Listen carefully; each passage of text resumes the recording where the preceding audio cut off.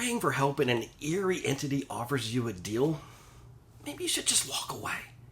But when it comes to Nosferatu, that's a deal worth considering. This film has a legacy that refuses to die. Literally. The 1922 original, often called the moral version, was a bold rip-off of Bram Stoker's Dracula. Stoker's widow sued, and the courts ordered all copies to be burned. But like Count Orlok himself, the film survived. A few prints escaped destruction, and today it's regarded as one of the most influential horror films of all time.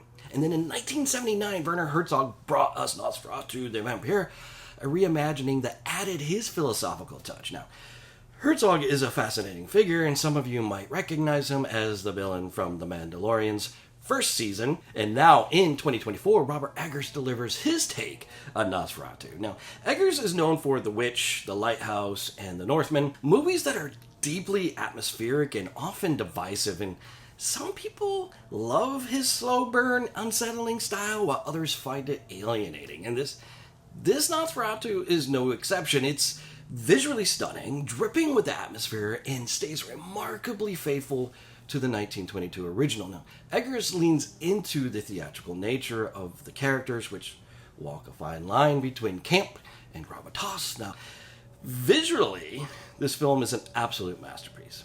Every frame feels like a hauntingly beautiful painting. And Eggers uses light and shadow and silence to pull you into the story, creating a film that's less about the scares and more about dread and discomfort. But here's the thing. It's not for everyone, and some viewers might see it as overly self-serious or melodramatic, while others will embrace its unapologetically stylized nature. For me, I didn't leave the theater in love with it, but I left with a profound appreciation for what Eggers accomplished. He's one of the few true auteurs left in Hollywood, crafting films that are entirely his own. It's also worth noting that the unlikely producer of this film is Chris Columbus, the guy behind Home Alone and The Goonies, and it's fascinating to see a filmmaker with a reputation for family-friendly films backing something this dark and artistic, and it's a testament to the trust that Eggers inspires, even when he's creating something as niche and unsettling as Nosferatu. It's a film you experience rather than just watch.